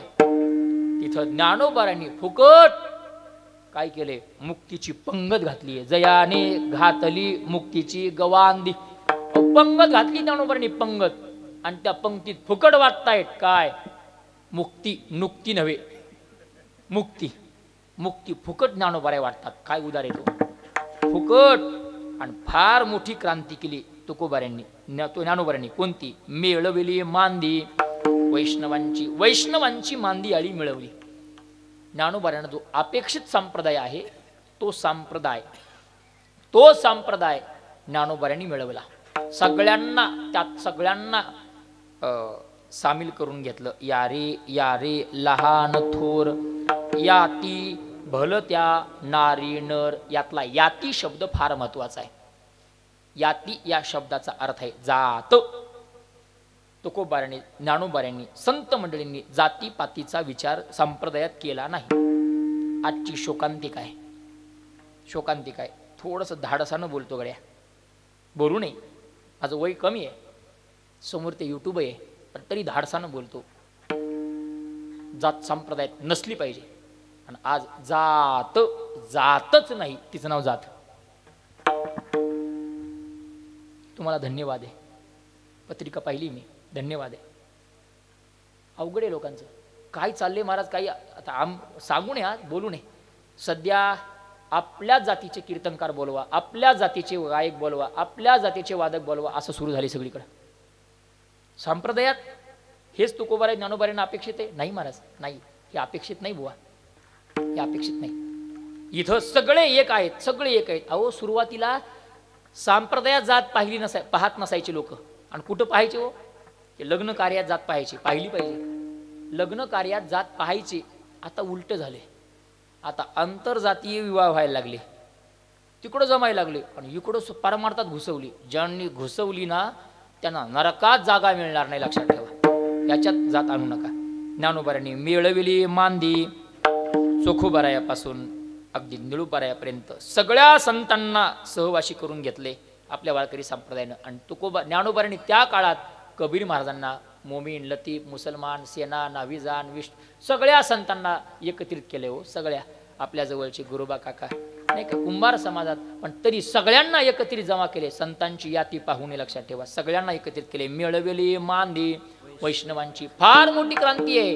ज्ञानदेव रचिला पाया, ज्ञानोबांनी पाया रचला. लक्षात ठेवा, या संत रूपी इमारत, संत कृपा रूपी इमारत वारकरी संप्रदायाची रचली ना, त्याचा पाया ज्ञानोबा आहेत. पाया भक्कम आहे, पाया पडणार नाही. कारण एखाद्या घराची इमारत बांधण्याकरिता पाया भक्कम पाहिजे. आणि एवढा पाया भक्कम आहे ज्ञानोबाऱ्यांचा, एवढा पाया भक्कम आहे ज्ञानोबाऱ्यांचा. कसा सांगू तुम्हाला, वारकरी संप्रदायाच्या भिंतीचा पाया एवढा भक्कम आहे. कारण या पाया रचत असताना ज्ञानोबाऱ्यांनी 2 बळी दिलेत. आपले आई आणि वडील विठ्ठलपंत आणि रुक्मिणी मातेचा बळी दिलाय त्यांनी आपल्या वारकरी संप्रदायासाठी. फार मोठी भक्कम इमारत आहे, कोणामुळे ही डगमळणार नाहीये. पण तरी आपण त्यांच्या श्रद्धेवरती, त्यांच्या पावलावरती आपण विश्वास ठेवला पाहिजे. तसंच वागलं पाहिजे. मिळविली मांदी वैष्णवांची मांदियाळी एकत्रित केली संतांनी. एक सांगू का, तुकोबाऱ्यांनी आज ज्ञानोबाऱ्यांचं फार गोड वर्णन केले. मला वाटतं ज्ञानोबाऱ्याकडे पाहिलं आणि आज तुकोबाऱ्यांनी जे वर्णन केलंय, असं वाटतं की तुकोबाऱ्यांनी ज्ञानोबाऱ्याला राजा या पदावरती बसवून त्याचं वर्णन केलंय. कारण एका राजाकडे जेवढे गुण हवे तेवढे गुण तुकोबाऱ्यांनी ज्ञानोबाऱ्याकडे लावलेत. एकदा अभंगाची संगती लावून देतो, वेळ संपली माझी. जाणीव आहे मला किती गोड संगती आहे बघा. राजा कसा असावा, तर ज्ञानोबाऱ्यासारखा असावा. का? कारण सगळे गुण ज्ञानोबाऱ्याकडे. पहिला गुण, राजा कसा असावा, राजा श्रीमंत असावा. कसा असावा? श्रीमंत असावा. ज्ञानोबाऱ्या श्रीमंत आहेत. जयाचे द्वारी सोन्याचा पिंपळ. राजा कसा असावा? श्रीमंत असावा. राजा श्रीमंत असावा. ऐका ना, राजा श्रीमंत असून फायदा नाही, त्याच्याकडे बळही असावं. बळ असावं. ज्ञानोबाऱ्याकडे बळ आहे. अंगी ऐसे बळ रेडा बोले, एवढं बळ आहे. ऐका, राजा श्रीमंत असावा, राजा बलवानही असावा. एवढंच नाही, राजाकडे संघटन कौशल्य असावं. जर तो पुढे निघाला तर पाठीमागं लोकांनी आपोआप यावं, असा राजा असावा. ज्ञानोबाऱ्यांकडे संघटन कौशल्य आहे. मिळविली मांदी वैष्णवांची, त्यांच्याकडे संघटन कौशल्य आहे. एवढंच नाही, ऐका ना, राजा श्रीमंत असावा, राजा बलवान असावा, राजा संघटन कौशल्य करणारा असावा, आणि राजा उदार असावा, अप्पलपोट्या नसावा, वाटणारा असावा. ज्ञानोबाऱ्या वाटणारे. जयाचे काय, जयाने घातली मुक्तीची गवांदी, वाटणारे ज्ञानोबाऱ्या आहेत. सगळे गुण ज्ञानोबाऱ्यांकडे लावले जातात तुकोबाऱ्यांनी. सगळे गुण, जेवढे एका राजात गुण असावे तेवढे गुण तुकोबाऱ्यांनी ज्ञानोबाऱ्याकडे लावले. लक्षात ठेवा, सगळे लावले. म्हणजे ज्ञानोबाऱ्याचं वर्णन आज राजा या पदवीत करतात, राजा या पदवीत. आणि म्हणून त्या धरणीकऱ्याला उपदेश केला, बुवा तुला तिन्ही इच्छा पूर्ण झाल्या असत्या, तू संसारातला दुःखमूळ जीव आहेस.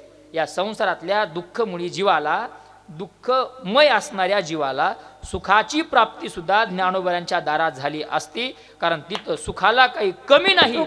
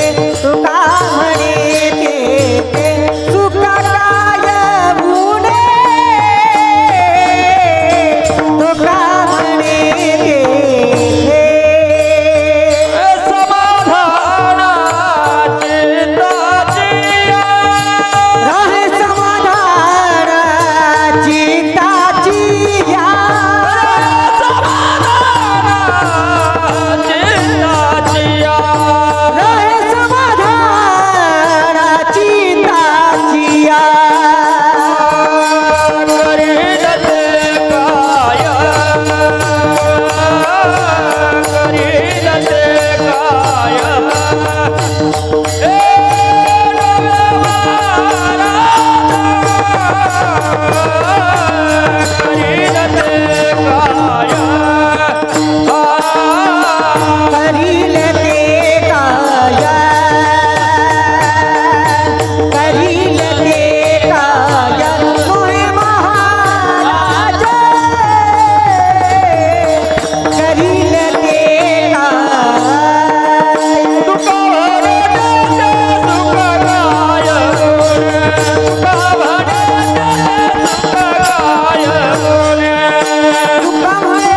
ते तुका काय बोले तुका म्हणते ते तुका काय बोले राहे समाधान चित्ताची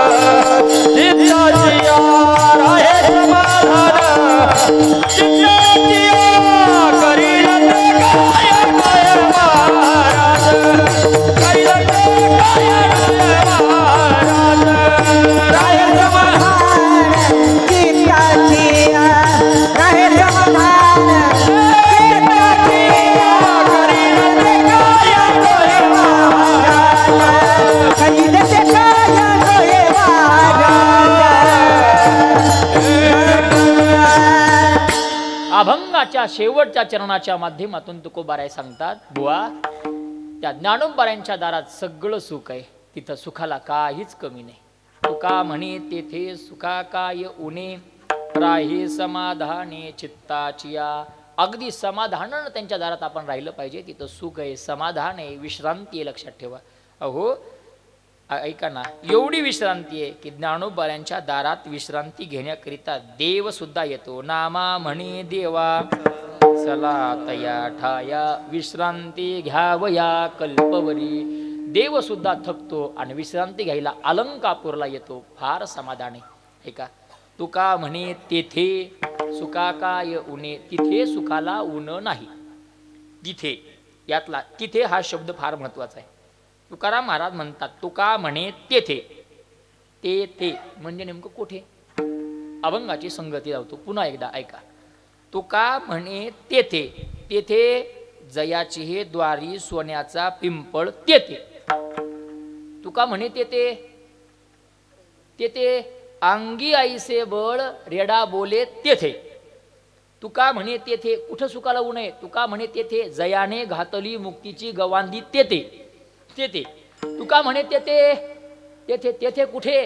कुठे? ऐका ना, ऐका ना. मेळविली मांदी वैष्णवांची तेथे. विठोबा रखुमाई जय जय विठोबा रखुमाई. टाळी टाळी टाळी. विठोबा रखुमा जय जय विठोबा रखुमा जय जय विठोबा रखुमा जय जय विठोबा रखुमा. विठोबा रखुमाई विठोबा रखुमाई विठोबा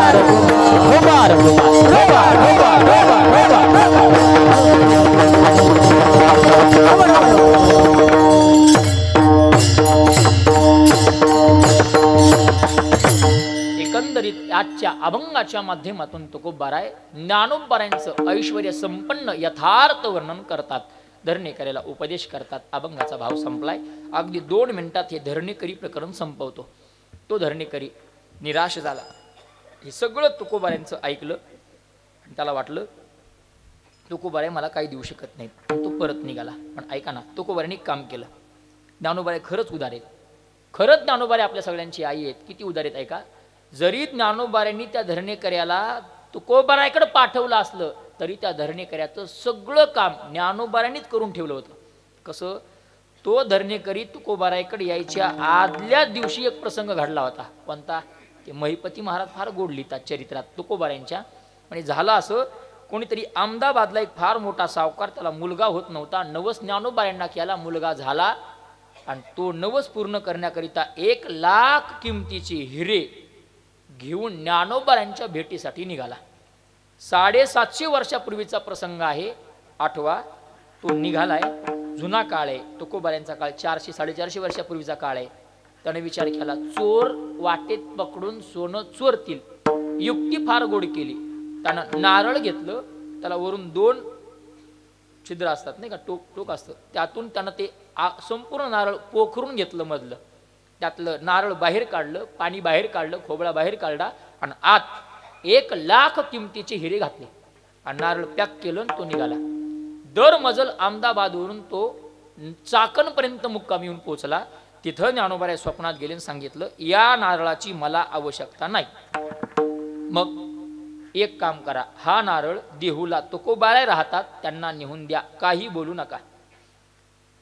तसाच तो धरणीकरी आलाय आणि ते नारळ तुकोबारांना दिले. तुकोबारांनी नारळ बाजूला ठेवलं. धरणीकरी ते काय प्रवासी तो अहमदाबादचा सावकार निघून गेला. आणि आता दुसऱ्या दिवशी तो धरणीकरी आला. तुकोबारांनी काय केलं? काही नाही. ते 11 अभंग धरणीकरी प्रकरणातले उपदेश केलेले एका कागदावर लिहिले. तो कागद आणि काहीतरी द्यावं म्हणून नारळ दिलं. काहीतरी द्यावं म्हणून तो कागद 11 अभंगाचा नारळ दिलं. धरणीकरी बहुतेक कीर्तनकार असावा. त्यानं ते नारळ घेतलं पण नारळाच्या खाली काही नव्हतं. म्हणजे नुसतं नारळ बघितलं आणि त्याला वाईट वाटलं म्हणून म्हणलं कीर्तनकार असावा. म्हणजे नुसतं नारळ आल्यामुळे त्याला जड गेलं. नुसतं नारळ आल्यामुळे त्याला जड गेलं आणि त्यानं काय केलं सांगू तुम्हाला. त्यानं ते नारळ आणि 11 अभंग तिथंच ठेवले. त्याला अपेक्षा काय होती? पैशाची अपेक्षा, श्रीमंत व्हायची होती. आणि दुसरी अपेक्षा होती विद्वान होण्याची. आणि सरते शेवटी मोक्ष. ऐका ना, ज्ञानोबारांनी सगळी व्यवस्था केली होती. तो कोबाऱ्याकडे पाठवलं, पण व्यवस्था कशी केली आहे? त्या नारळाच्या माध्यमातून संपत्ती दिली आणि 11 अभंगाच्या माध्यमातून विद्वत्ता दिली होती. पण करंट्या कपाळाचा परिपा हे बीज शुद्ध अंगी तो तिथंच ठेवतो, निघून जातो. याचं करायचं काय? नारळ अभंग करायचं काय? निर्माण झाले म्हणजे कोणाला तरी द्यावे लागणार. तेवढ्यात 14 टाळकऱ्यापैकी एक टाळकरी तुकोबाऱ्यांची गंगाजी मवाळ तिथं आले. काय नाही, ते बघितलं तुकोबारांनी त्याच्या हातात दिले. त्यांनी हातात घेतले, घरी गेले. अभंग 11 अभंग एकदाच वाचले. त्यांना 4 वेद 6 शास्त्र 18 पुराणाचं ज्ञान झालं. एवढे विद्वान. किती विद्वान झाले सांगू तुम्हाला. त्या काळी जगद्गुरु तुकोबाराचे समकालीन जाणता राजा छत्रपती शिवाजी महाराज आणि त्या शिवाजी महाराजांच्या दरबारात गंगाजी मोवाळ नंतर विद्वान झाल्यावर पुराण सांगायला, इतिहास सांगायला जमा झाले. आणि इतिहास सांगायचे एवढे विद्वान झाले. काय न बोले. आणि त्यांनी पुन्हा काय केलं सांगू. ते नारळ घेतलं, फोडलं. नारळ फोडलं, त्यातून खोबळा नाही, त्यातून 1,00,000 किमतीचे हिरे निघाले. हे वाचल्यापासून मी रोज कीर्तनाला गेल्यानंतर जे नारळ येतं घरी जाऊन इमानदारीनं ते नारळ फोडून बघत असतो. सगळे नारळ फोडतो, पण माझी अपेक्षा दररोज भंग होते. त्या नारळात पैसा नाही, खोबळा निघतो. कधी कधी खोबळाही नाही, नास्क निघतो. पण ऐका, मी तुमच्या गावात दुसऱ्यांदा आलोय. खामसवाडीत दुसऱ्यांदा आलोय. गेल्या वर्षी आलतो, याही वर्षी आलोय. मध्ये एक फोन आला होता, पण मध्ये बसलो नाही, ॲडजस्ट नाही झालं, नाही का, लांबचा प्रवास. आणि म्हणून गावकरी माझ्या प्रेमाचे आहेत. नाव कोणाचं पाठ नाही, पण चेहऱ्याची ओळख प्रत्येकाची मला झाली आहे. आता अजून येती जाती झाल्यावर मध्ये ते काय व्हायले, तुम्ही दिवाळीच बोलवायला लागले. दिवाळी बोलवायला लागले. जरा पुरीला मध्ये नागपंचमीला, अजून संक्रांतीला, म्हणजे असं मध्ये एखाद्या गोड जेवणाला, एखाद्या दुसऱ्या कार्यक्रमाला जर आपलं असं येती जाती झालं तर नाव पाठ होणार आहे, पण असं नाव पाठ होणार नाही. आणि म्हणून चेहऱ्याची ओळख मला प्रत्येकाची आहे. मला नक्की विश्वास आहे, आज तुम्ही दिलेलं नारळ जेव्हा मी फोडणार आहे तेव्हा माझी अपेक्षा भंग होणार नाही, असं मला वाटते. विनोदाचा भाग सोडा, मला काय सांगायचे बघा. त्यात 1,00,000 किमतीचे हिरे निघाले आणि तो श्रीमंत झाले. कोण? गंगाजी मवाळ, गंगाजी पंत मवाळ श्रीमंत झाले. त्या आभाग्याला सगळं दिलं होतं ज्ञानोबाऱ्यांनी, सगळं. ती आई आहे. खरं सांगू, ज्ञानोबाऱ्या एकाची नाही, सगळ्यांची आई आहे. वेळ संपली आहे माझी, पण मी ओव्हरटाईम करतोय. ऐका, ओव्हरटाईम करतोय. काही नाही, 2 मिनिटात थांबणार आहे. 11 वाजले. तुम्हाला थंडी वाजते, मला कल्पना आहे. आणि मला पुन्हा 400 किलोमीटर परत जायचं आहे. पुन्हा जायचं आहे, त्यामुळे मी वेळ घेणार नाही. अगदी 2 मिनिटात थांबणार आहे. ज्ञानोबाऱ्या सगळ्यांची आई आहे. कोणाकोणाची आहे? ज्ञानोबाऱ्या चौघाची आई आहे. चौघाची 9:15 सुरू झालं होतं ना, आरती सहित 11:15 संपल, काळजी करू नका. चौघाची आई ज्ञानोबाऱ्या. चौघाची कोणाकोणाची? ऐका. 1 योग्याची आई आहे. 2 साधकाची आहे. एक योग्याची आहे, 2 साधकाची आहे, 3 ज्ञानी लोकांची आहे, ज्ञानी लोकांची आहे, आणि 4 संसारातल्या सगळ्या तुमच्या आमच्या साधकांची आहे, सगळ्यांची आहे, तुमच्या आमच्या संसारातल्या सगळ्या जीवांची ती आई आहे. लक्षात ठेवा, जीवांची आई आहे. अनाथांची, तुम्ही आम्ही अनाथ आहे संसारातले, त्या आपल्या अनाथ लोकांची ती आई आहे. म्हणजे बघा ती योगियांची बी आई आहे, ती योगियांची आई आहे, ती अनाथांची आहे, ती साधकाची आहे, आणि ती ज्ञानी लोकांची आई आहे. 4ही लोकांची आई आहे. कशाहून? त्याला 4 प्रमाण सांगतो अगदी अर्ध्या मिनिटात. हा, ज्ञानोबा चौघांची आई आहे. योगियांची माऊली ती योगियांची माऊली म्हणजे आई आहे. साधकाचा मायबाप साधकाची आई आहे. अनाथाची माय आणि ज्ञानाबाई माझी योगियांची ती ज्ञानी लोकांची आई आहे, योगियांची आई आहे, साधकांची आई आहे, अनाथाची आई आहे. एवढी आई उदार आहे. आई काय करते? आपल्या घरची आई 4 पोरं असतील तर प्रत्येकाला वाटून देते, पण जरा त्यातही भेद करते. बारक्याला जास्त, मोठ्याला कमी. पण ज्ञानोबा आहे असं नाही, चौघाला त्यांच्या योग्यतेप्रमाणे दिलंयच. ज्ञानी म्हणून घेणाऱ्या लोकांना अमृता अनुभव नावाचं दूध दिले. योगी लोकांना चांगदेव 65 नावाचं दूध दिले. साधक नावाच्या मुलाला ज्ञानेश्वरी नावाचं दूध दिलंय, आणि तुम्हा आम्हा अनाथ जीवाला हरिपाड दिलाय. विठाला विठाला विठाला विठाला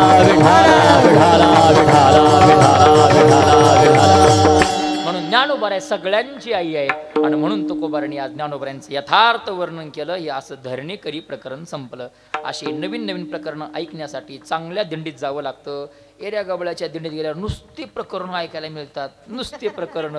ती प्रकरण वेगळी, हे प्रकरण वेगळे. आज जे प्रकरण होतं ते धरणेकरी प्रकरण होतं.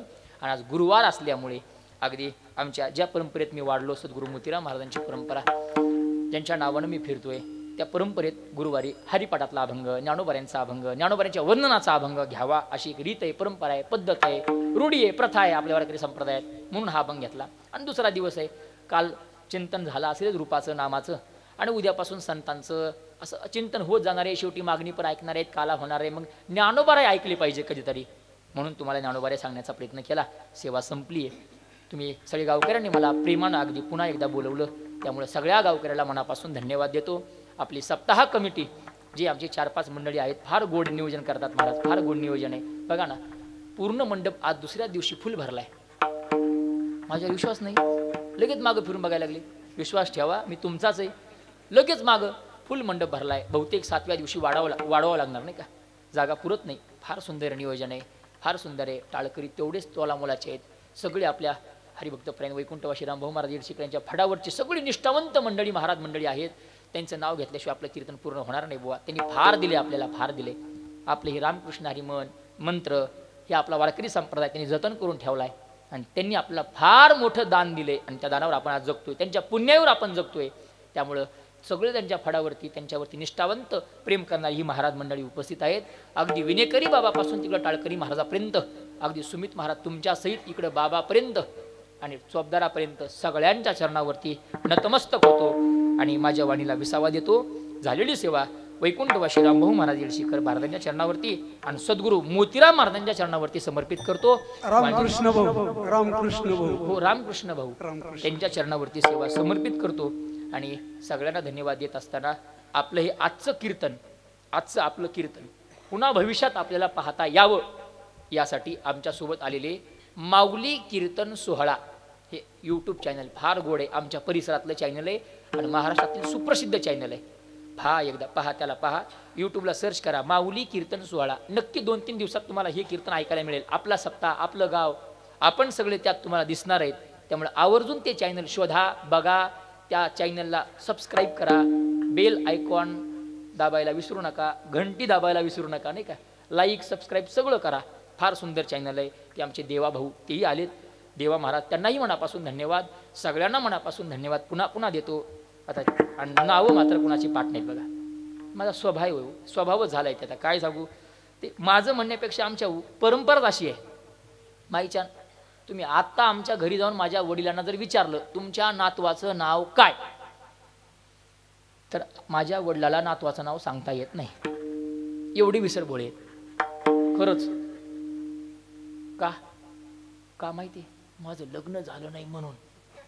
म्हणजे त्यांना सांगता येत नाही, मग त्यांनाच सांगता येत नाही, मग माझ्या वडिलाची मिराशी का मलाही कोणाचं नाव पाठवत नाही. इमानदारीने 4-5 तारखा दिल्याशिवाय नावच पाठवत नाही, खरंच नाव पाठवत नाही. आणि खरं सांगू नाव पाठवत नाही याचं फार मोठं बलिदान दिलं मी. कोणतं? अजून लग्न केलं नाही. म्हणजे जर भविष्यात मला कोणी म्हणलं नाव घ्या तर कुणाचं घेऊ लक्षातच राहत नाही, म्हणून केलंच नाही. झालं दुष्टांत संपला. कीर्तन झालं, आता कीर्तन झालं. ऐका, कीर्तन झालं. सेवेला सगळ्याला पूर्ण विराम देतो. पुन्हा एकदा सगळ्यांच्या चरणावरती नतमस्तक होतो. आमचे बजरंग महाराज ज्यांची साऊंड सिस्टीम आहे, त्यांनी फोन केला, त्यांनाही मनापासून धन्यवाद. आमचे माळीदादा आहेत, शिक्षक गुरुजी, सगळे महाराज मंडळी आहे, सगळ्यांना मनापासून धन्यवाद देतो. आणि वाणीला विसावा ज्ञानेश्वर माऊली